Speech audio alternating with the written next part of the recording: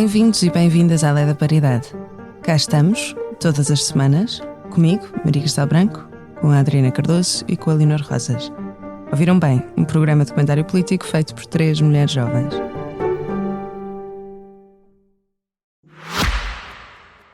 Se gosta de ouvir podcasts, conheça a oferta que o Expresso tem para si. Da política à economia, ciência e cultura, passando pelo desporto. Entrevistas marcantes, análises e perspectivas que fazem a diferença. Ouça em expresso.pt e nas principais plataformas de podcast. Expresso. Liberdade para pensar. E esta semana temos muitas coisas para falar. Vamos deixar o famoso programa do governo. Famoso como quem diz, não é? Pode ser tipo famigerado. Também pode ser infame. Infame. Não, acho que seja depende. infame, mas pronto. Não, mas se tiver a Leonor a falar, nós aqui temos que ser. Temos que tentar não ser biased, não é? Mas o programa de governo vamos deixar para a próxima semana, porque esta semana temos coisas ainda mais escandalosas para falar. E o primeiro tema é estas agressões que nós testemunhamos durante a semana passada, que começaram com a agressão a Dérit Lopes, um ator do Teatro da Barraca, que estava a ir para um espetáculo e foi agredido por um membro de uma organização neonazi. Agora supostamente o membro já só tinha ido a 2 almoços com eles e já não pertence bem. Coisas que normalmente acontecem, ir a almoços com nazis. Este fim de semana, há 2 dias, nós gravamos terça-feira, portanto há 2 dias houve um homem que foi agredido também por um neonazi em Guimarães. Houve vários desacatos em Portugal nestes últimos dias. E Leonor, eu queria saber o que é que tu tens a dizer sobre esta violência fascista que agora está, como a Adriana disse bem na SIC Notícias, está outra vez nas nossas ruas. Está a fazer publicidade à SIC Notícias. Está a fazer publicidade à amiga. Exato. Querias que eu dissesse o quê? Naquele canal? No famigerado. No tal canal. Bem, enfim. Sobre este assunto, gostava de dizer 2 ou 3 coisas. Antes de mais, começar evidentemente por lamentar todas as vítimas destes ataques, de manifestar a minha maior solidariedade com estas pessoas e algumas considerações políticas sobre o que se tem passado não só nestes últimos dias, mas se olharmos assim na perspectiva de um ano, de forma mais abrangente, o que é que tem acontecido. Em maio de 2024, 6 homens ligados ao grupo 1143, portanto neonazis, foram presos e nós falámos, aliás, foram identificados, enfim, foram considerados responsáveis pelos ataques racistas a uma casa onde viviam migrantes no Porto. Nós até discutimos isso aqui também. Nas últimas comemorações populares do 25 de Abril, o grupo 1143 e alguns membros do ERG, do antigo PNR, tentaram manifestar-se contra a imigração, enfim, uma manifestação racista, xenófoba, acabaram por agredir pessoas que estavam a celebrar o 25 de Abril e houve vários detidos, incluindo o próprio Mário Machado, líder do grupo 1143 e, enfim, um neonazi conhecido. Mais recentemente, o país ficou chocado pela agressão a voluntárias que distribuíam comida a pessoas em situação de sem-abrigo na cidade do Porto, que foram agredidas e de seguida fizeram saudações nazis e disseram que elas estavam a dar que elas estariam a dar comida a migrantes, que estariam a contribuir para o aumento da imigração por estarem a distribuir comida a pessoas, né? Como se só portugueses é que merecessem ajuda, ajuda deste tipo de organizações. E mais recentemente, a Dérit Lopes foi agredido também por um grupo de neonazis à porta do Teatro A Barraca. Houve até uma manifestação o fim de semana passado, em que muitas pessoas da área da cultura e do teatro se envolveram para se manifestar contra esta perseguição, que é sem dúvida e será e agravar-se-á a perseguição a quem faz a cultura, aos artistas, às pessoas que escrevem, às pessoas que criticam, e acho que foi muito bom e muito forte. Aliás, a Maria do Céu Guerra fez um discurso muito bom e que recomendo que ouçam sobre, e que já falámos sobre no este último assunto. episódio. E aliás, dizer que neste momento o fala-se muito da eliminação do capítulo do Razi sobre as partes que falavam do perigo iminente da extrema-direita, e vemos agora como estes 2 ataques ilustram bem o erro completamente grosseiro que isso foi. E gostava de dizer 2 coisas. O que nós vemos em Portugal, no meio de todas estas loucuras sobre a percepção da imigração como grande perigo, os 2 grandes perigos que afetam Portugal, os 2 reais problemas de segurança neste momento são, em primeiro lugar, a violência doméstica e, em segundo lugar, os ataques terroristas da extrema-direita e de neonazis, porque não há outro nome para espancar pessoas na rua e fazer saudações nazis, e não crimes inventados que supostamente migrantes teriam cometido, mas que não há nenhuma prova e nenhuma estatística que o mostre. E gostava de terminar com o seguinte: eu não gosto, e já disse aqui várias vezes, que não gosto de fazer paralelismos absolutos entre o que se passou com a ascensão do fascismo nos anos 20 e 30 do século passado e com o que agora se passa. Mas a verdade é que tantas camisas castanhas, os SA na Alemanha, como os camisas negras, os squadristi do Mussolini, foram conhecidos mesmo antes da tomada do poder pelos assaltos muito violentos, espancamentos, agressões, tortura e até assassinatos na altura a militantes comunistas, socialistas, democratas, sindicalistas, a vários intelectuais que se opunham à ascensão do fascismo.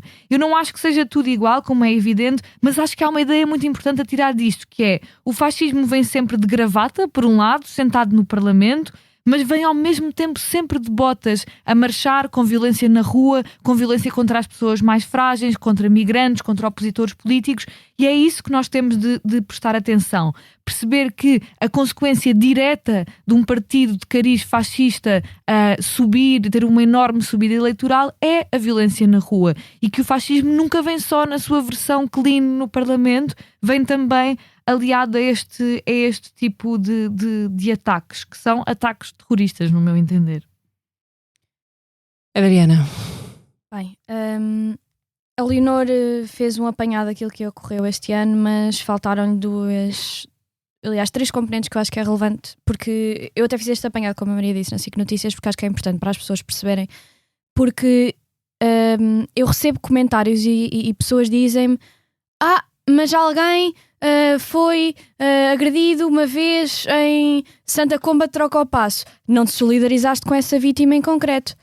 Malta, pessoas de Santa Combadão, por regra, eu não me solidarizo. Pronto, mas em qualquer zona, sei lá, eu não sou CMTV, desculpem, não é esse o pressuposto. O que nós estamos a analisar são fenómenos e comportamentos que estão em ressurgimento e que têm, evidentemente, implicações e orientação política, que é uma coisa completamente distinta de estarmos a fingir crimes passionais, crimes de agressão, que acontecem pelo país fora e sempre aconteceram.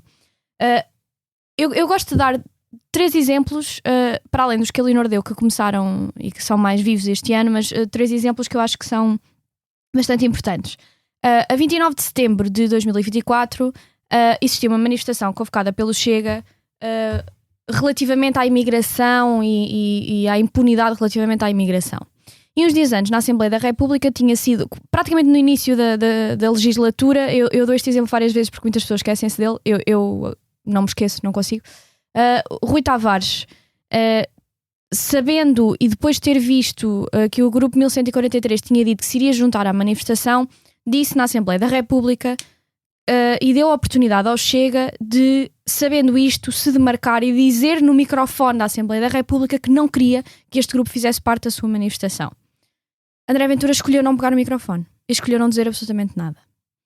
Depois de, nessa manifestação, inclusive, um militar da GNR ter entrado em desacatos e saber que tinha ligações neonazis, depois, mais tarde, disse e demarcou-se do grupo.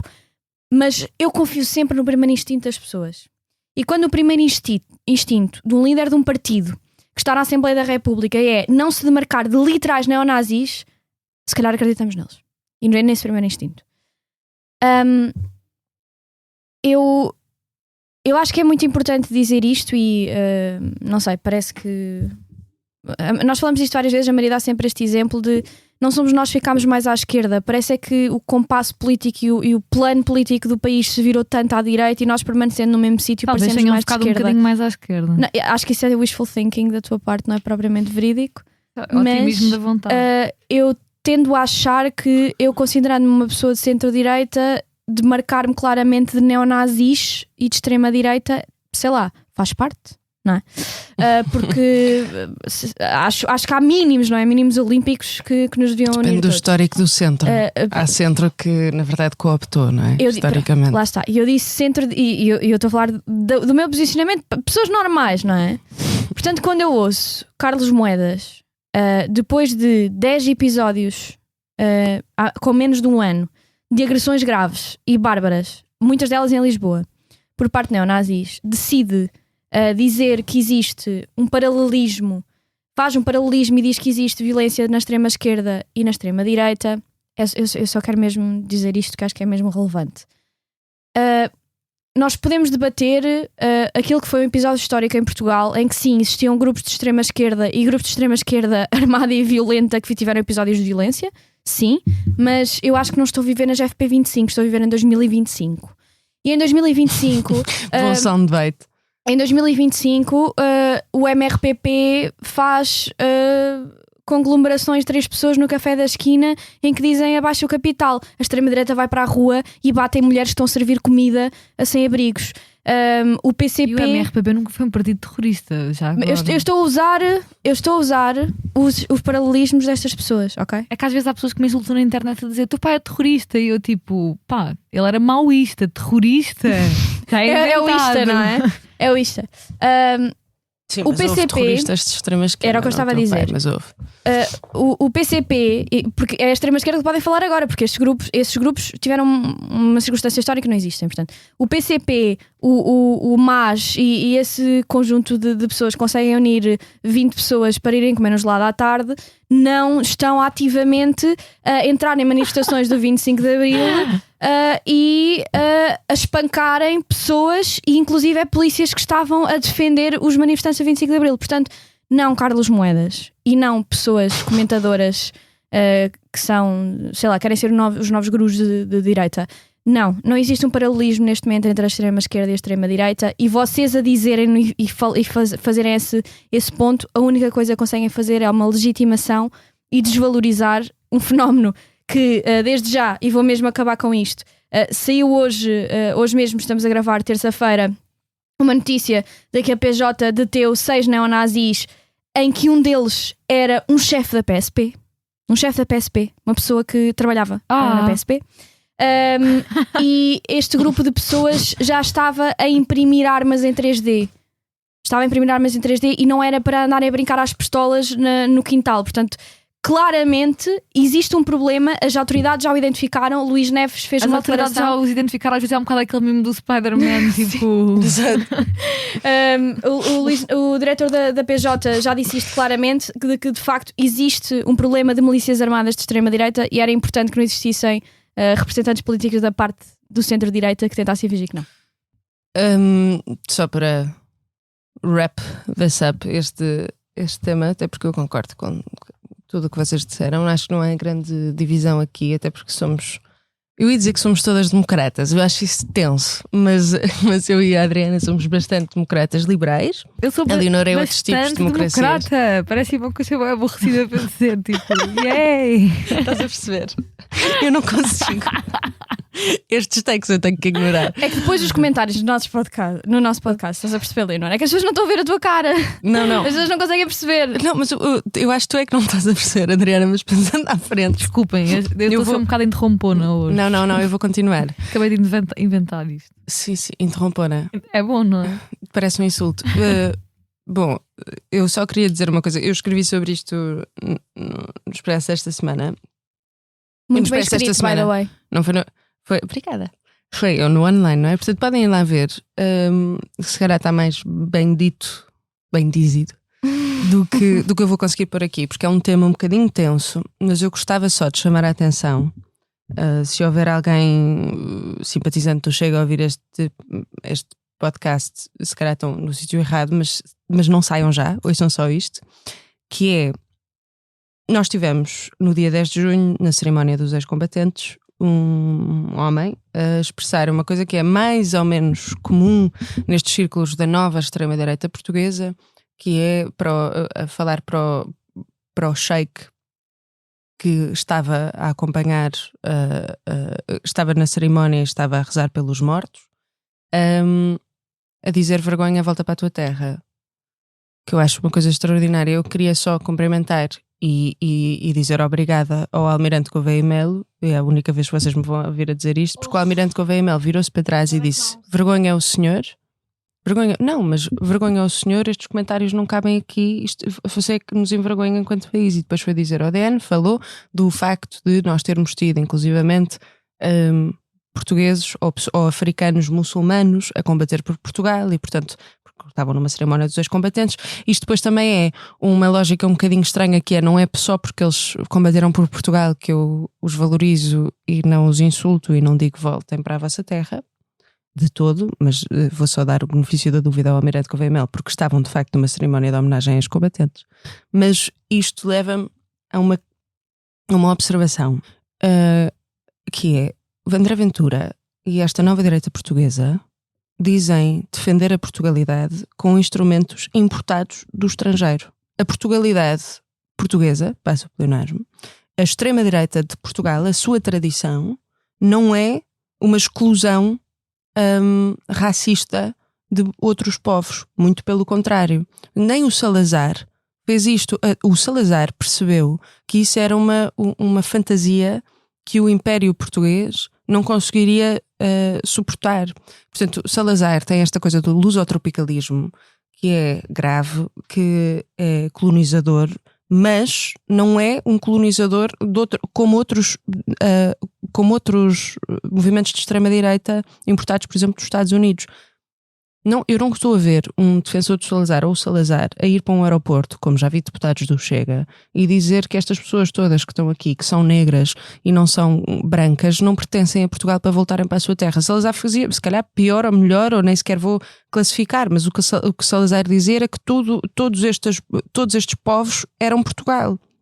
Não tem nada a ver. E, portanto, eu só queria desmascarar a farsa do Chega, destas pessoas, de André Ventura, que dizem que querem defender Portugal com instrumentos que são importados lá de fora.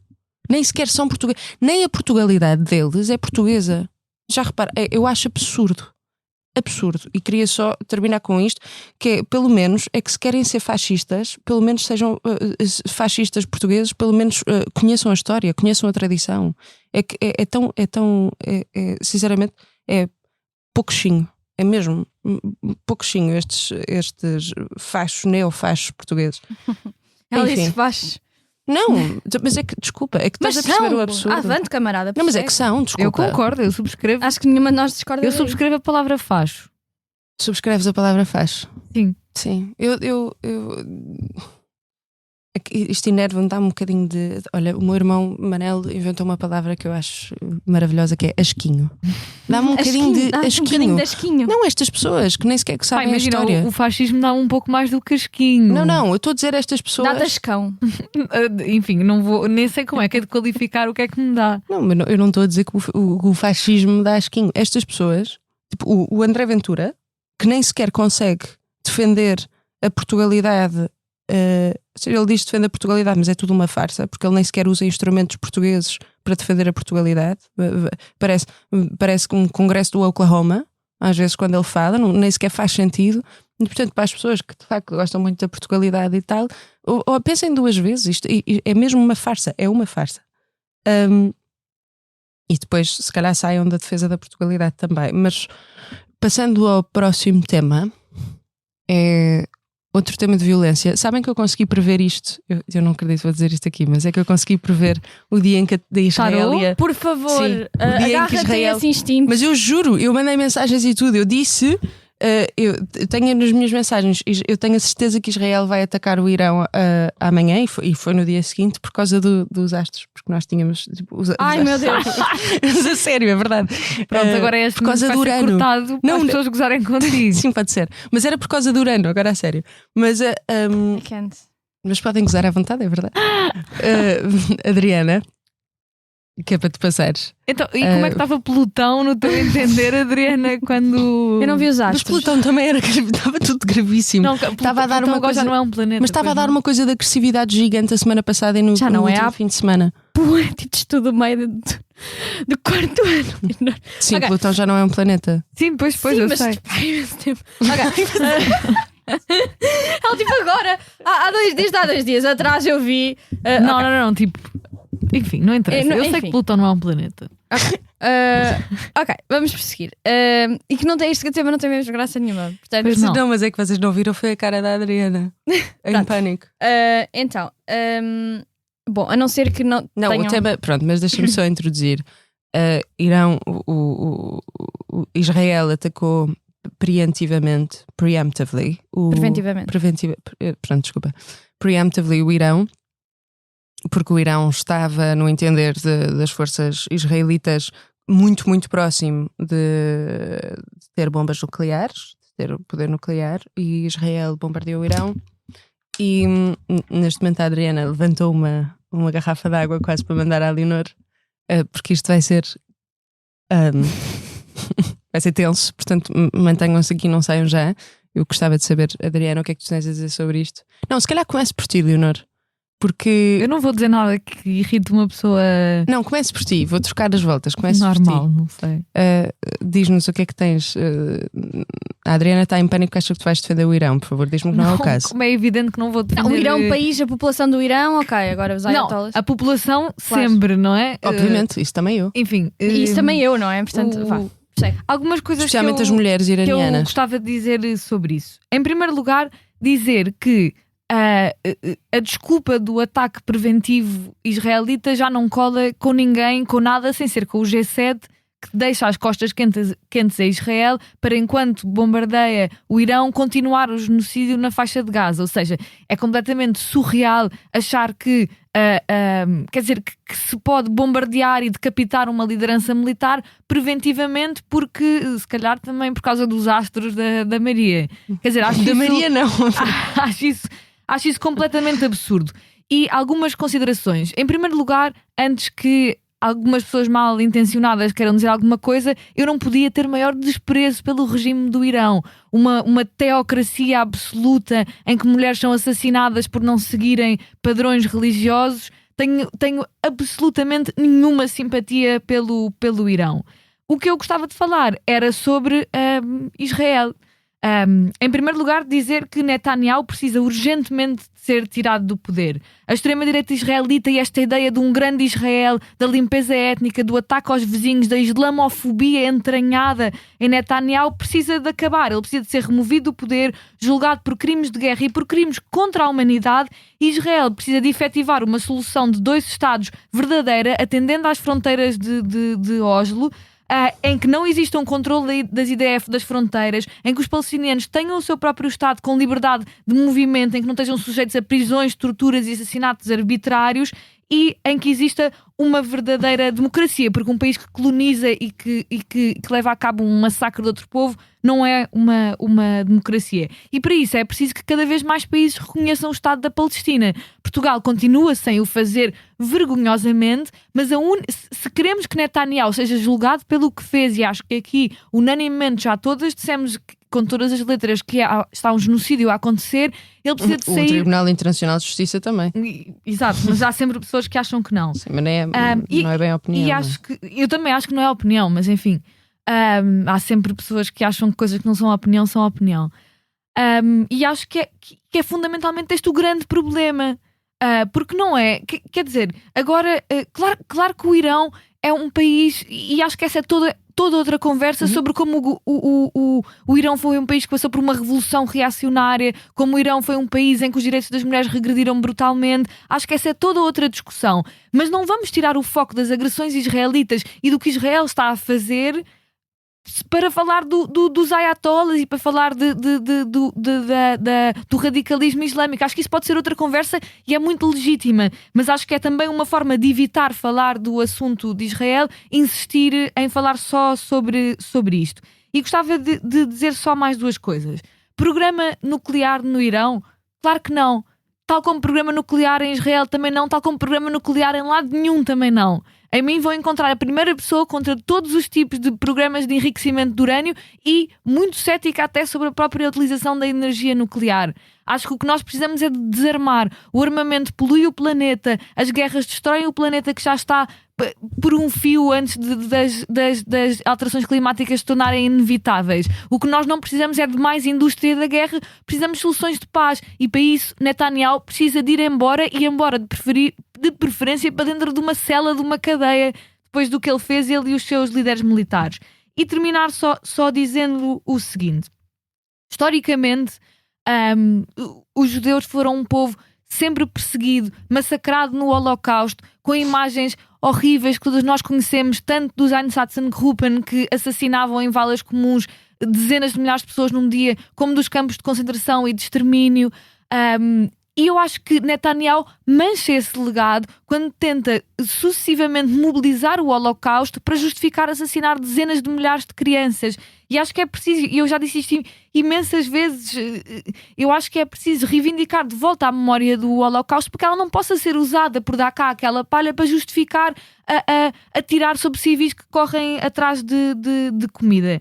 E sobretudo dizer o seguinte: aquela região que é apelidada e colada de instável, o Médio Oriente está sempre em guerra, está sempre em crise, está sempre não sei o quê.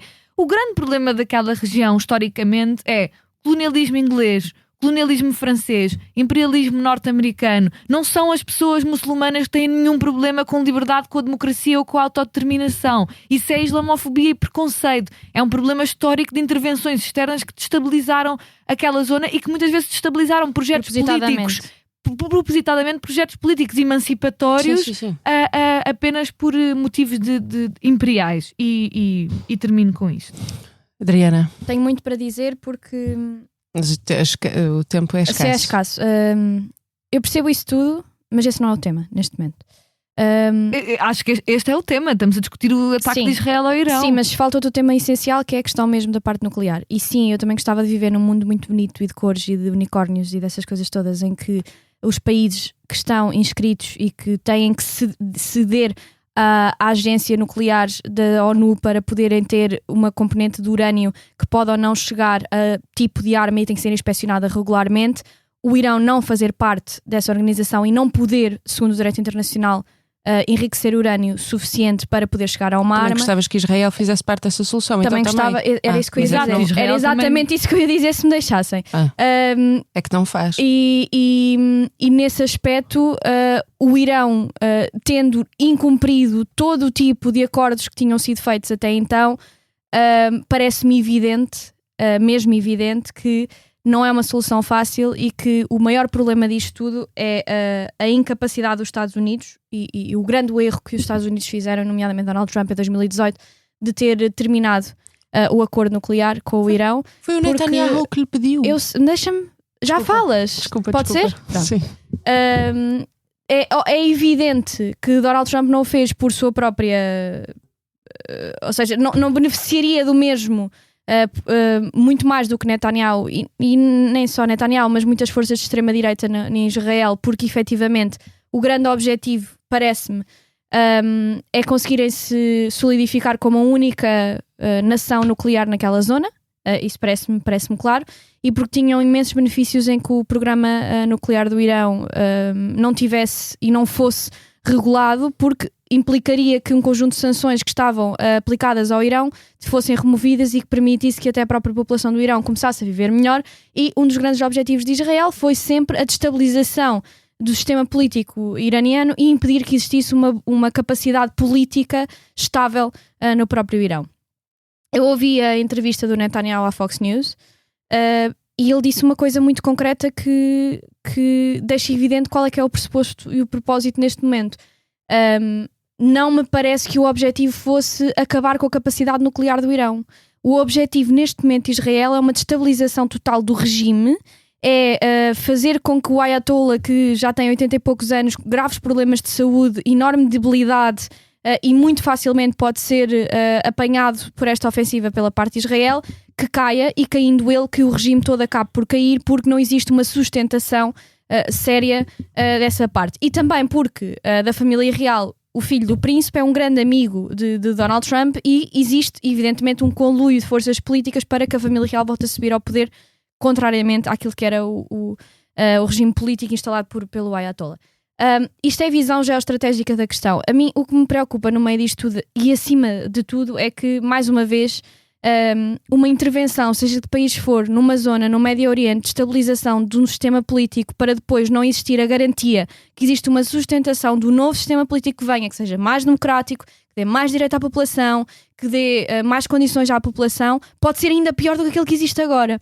E é extremamente preocupante, ainda por cima, num país que tem recurso a reservas nucleares, e preocupa-me como preocuparia uma desestabilização total do regime político na Rússia, porque então quem é que depois vai ficar, quem é que depois vai ter mão deste conjunto de força e de poderio nuclear?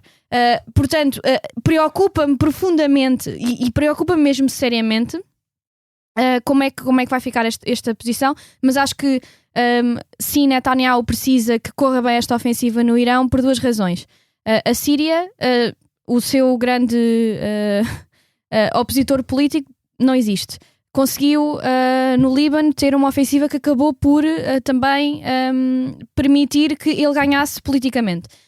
Neste caso, no Irão, se conseguir que exista uma destabilização do regime Ayatollah e que ele acabe por cair, consegue ganhar mais um tempo no poder a Israel. E isso, para mim, é um enorme problema. E vou terminar com isto, porque enquanto isto está a acontecer, não tenho dúvidas que os alvos militares de Israel e esta lógica de só se atacam alvos militares têm sempre danos colaterais. E o que diz o direito internacional não é o rácio de vítimas civis versus vítimas militares, apenas que interessa é o rácio vítimas militares e civis, e se o ganho estratégico de uma intervenção tem nexo. E neste aspecto não tem absolutamente nexo nenhum. Não há nexo, não há forma de fazer um controlo daquilo que é a reserva nuclear do Irão sem um acordo estratégico como estava a ser feito. E, portanto, esta ofensiva não tem absolutamente lógica nenhuma. Era importante existir um membro estabilizador do lado dos Estados Unidos. Não temos neste momento. E, assim sendo, temo seriamente que isto acabe mesmo com uma destabilização do regime. E, sinceramente, e só para dizer a parte que eu concordo em absoluto com a Leonor, tirar foco do genocídio que está a acontecer em Gaza. Do genocídio que está a acontecer em Gaza, e repito isto todas as vezes que forem necessária, não existe um único hospital na faixa de Gaza com capacidade de intervenção emergente de pessoas que precisem de ser operadas. Isto significa que não há capacidade numa área de centenas de quilómetros de crianças, de pessoas que precisem de ser intervencionadas no momento para sobreviverem o poderem ser. E isto é um crime humanitário. Tenho imensas coisas para dizer sobre isso. Eu vou tentar ser breve, porque nós estamos com o tempo apertado. Em primeiro lugar, Adriana, o Irão, em 1970, começou a enriquecer urânio. Não este que é nível. uma das... Espera, deixa-me só. Em 1970 começou a enriquecer urânio. Sabes quem é que estava a pedir ao Irão para fazer isso, para enriquecer urânio? Os Estados Unidos, porque tinha o regime do Shah. Em 1979, porque o Shah começou a ficar demasiado independente dos Estados Unidos, os Estados Unidos largaram um bocadinho a mão, houve a Revolução de 1979, dos Ayatollahs, para um regime brutal. By the way, muito backed up essa revolução pela União Soviética, Leonor. Mas os Estados Unidos largaram a mão. A partir de 1979, o Irão, os Estados Unidos ficaram em pânico porque tinham começado a ajudar o Irão a enriquecer urânio.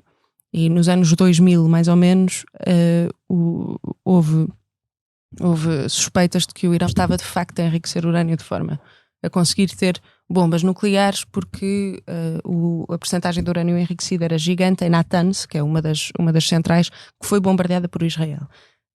Só que em 2015, porque o Irão estava a ter sanções internacionais brutais desde esta altura, em 2015 os Estados Unidos e 5 outros países entraram num nuclear deal com o Irão para baixar as sanções, e basicamente era um trade-off, era nós baixamos as vossas sanções e vocês baixam a produção ou o enriquecimento de urânio. O Netanyahu esteve desde essa altura até 2018 a tentar boicotar este deal. Quando o Trump chegou em 2000, era um bom deal, tanto era que o Trump agora quer voltar a ele.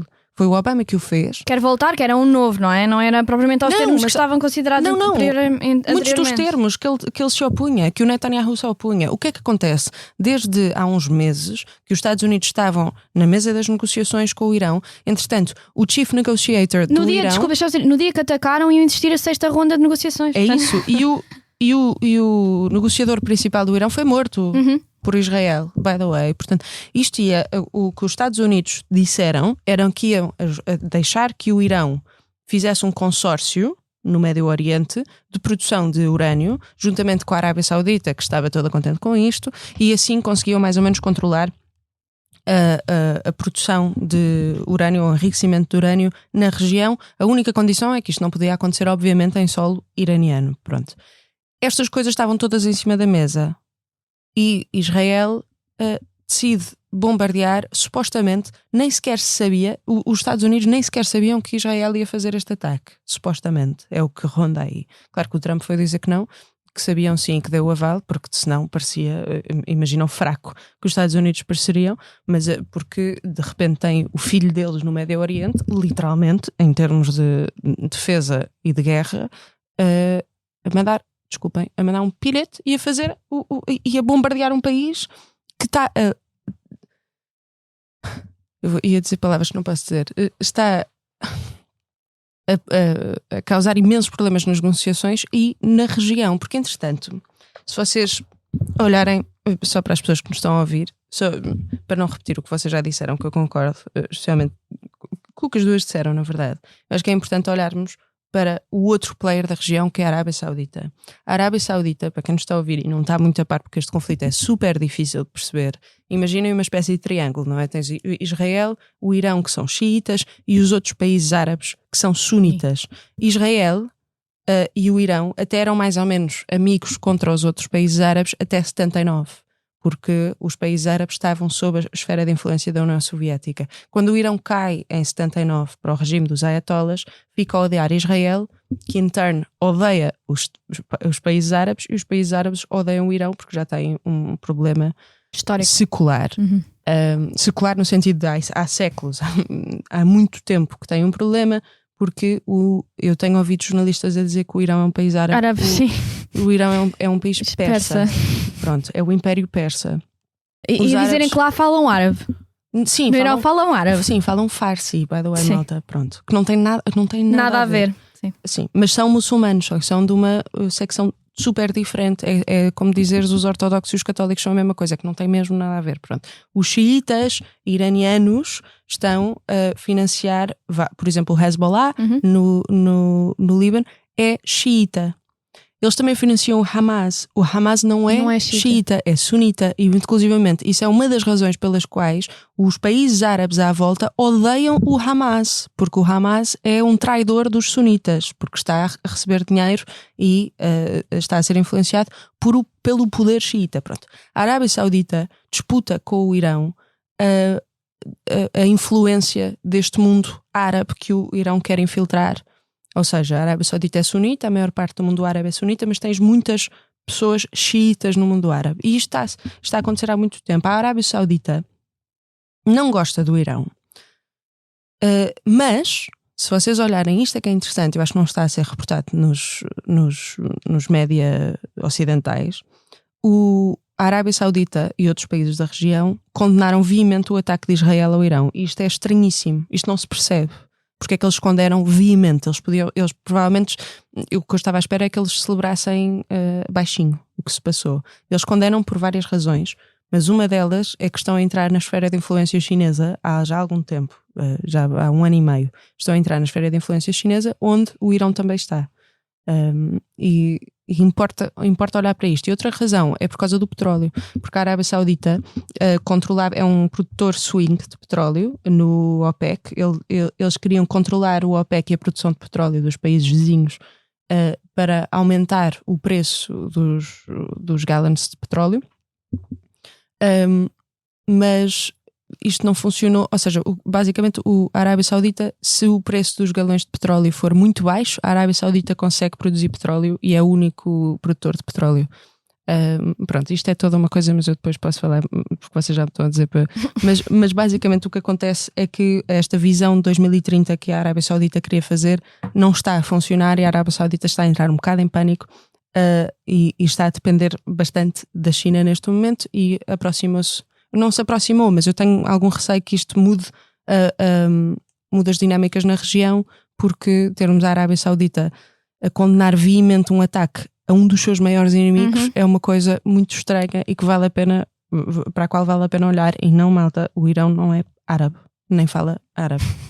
É islâmico, e inclusive a Arábia Saudita, acho que foi o Kuwait, falaram de uma república islâmica irmã, que é uma coisa estranha, porque eles não são mesmo, eles têm mesmo um problema desde o profeta, quase desde o profeta que tem um problema de xiitas e sunitas.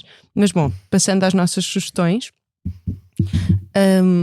Leonor, o que é que nos sugeres esta semana? Bem, eu gostava de sugerir um filme que já é de 2022. É um filme alemão que se chama A Conferência, que retrata de forma muito, muito crua, sem música, sem banda sonora, tudo seguido, o dia de 20 de janeiro de 1942, que foi quando várias patentes altas das SS e da Gestapo se reuniram em Wannsee, numa propriedade ao pé de Berlim, para decretar o que ficou conhecido como a solução final para a questão judaica, que envolveu o início do gaseamento em massa do povo judeu.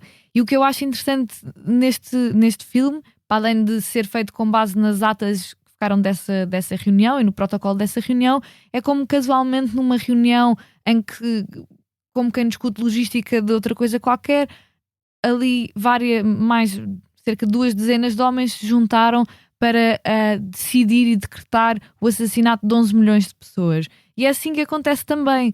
É assim que continua a acontecer hoje, com homens que se sentam em salas e decidem que há um povo que já não merece viver, há um povo que já não merece ocupar um território. E que nem é humano. E que nem é humano. E já agora, sim, eu quero viver num mundo de unicórnios, não porque é aquele nome tipo das startups de moedas. Mas sim, eu quero viver num mundo colorido e ótimo e incrível, e não me contento com um mundo médio mal, em que nos dizem que isto é o melhor que podemos ter, porque nós podemos ter muito melhor se quisermos. E terminar só dizendo que a União Soviética não apoiou a revolução no Irão, porque aliás na guerra no ano seguinte entre o Irão e o Iraque, a União Soviética apoiou o Iraque, e era só isso, porque enfim, não é que eu seja uma fã da União Soviética, mas depende do dia. Disfarças bem. Jesus Christ. Adriana. Para trocar da União Soviética, eu daqui a uns dias estou num dos meus países favoritos e vou a uma cidade que já queria ir há muito tempo, e desde que li Alberto Moravia. Ele tem um livro lindo, lindo, lindo, que é muito difícil de encontrar, que é As Mulheres de Roma, que é muito... só ele mesmo para fazer naquela altura histórica, e dado o regime que estava instituído, para quem não sabe, ele era muito anti-regime fascista de Mussolini, só uma pessoa como aquelas para fazer um livro sobre a perspectiva sexual feminista e feminina das mulheres de Roma. Mas como é muito difícil de encontrar este livro, ele mais tarde cooptou e adaptou este livro num livro maior que ele tem, que se chama-se Contos Romanos, e que também vale mesmo muito a pena lerem, e se conseguem tê-lo facilmente. Se não conseguirem encontrar uma versão de livro que tem numa página italiana, outra página português, eu adoro esses, adoro de morte, comprem pronto, na versão que conseguirem, que é mesmo complicado de arranjar. E sim, deixo a minha sugestão, muito contente de ir a Roma daqui a nada. A minha sugestão tem a ver com o mundo árabe, mas com o mundo sunita, e é um filme que eu já vi há alguns meses, mas está no Filmin, que é A Conspiração do Cairo, do Tarek Saleh. Depois pomos na descrição o nome, mas é A Conspiração do Cairo 2022, vão encontrar, que é sobre um rapaz pescador no Egito. O Tarek Saleh tem um pai egípcio e uma mãe sueca. Ele é sueco, e esta produção foi França, Suécia e Finlândia, se eu não estou em erro, e foi premiado, ou seja, acho que foi nomeado para a Palma de Ouro e estreou em Cannes. E é um filme ótimo para verem mesmo, porque se percebe o que é que se passa no Egito com a influência sunita, mas sobretudo com a influência da Irmandade Muçulmana, que controla Al-Azhar, que é a maior universidade, ou tenta controlar Al-Azhar, que é a maior universidade do mundo sunita, é tipo Oxford do mundo islâmico sunni. Mesmo... Ela, white girl, the reference, white girl it up. Só para perceberem, e este rapaz, pobre pescador, recebeu uma carta para estudar para Al-Azhar. E é um filme fabuloso, muito intrincado, mas que se percebe muito bem quais são as influências, o que é que se passa, como é que a Irmandade Muçulmana é recebida entre sunnis normais e pronto, é isso. Vou tão ver porque eu adoro o Egito, portanto vou ver. Não, está incrível, adoro esse filme, adoro, é dos meus filmes preferidos dos últimos tempos. E chegamos ao fim de mais um Lei da Paridade, um programa de comentário político semanal. Como sempre, podem ouvir-nos nas habituais plataformas de podcast e no site do Expresso e da SIC Notícias. Até à próxima semana.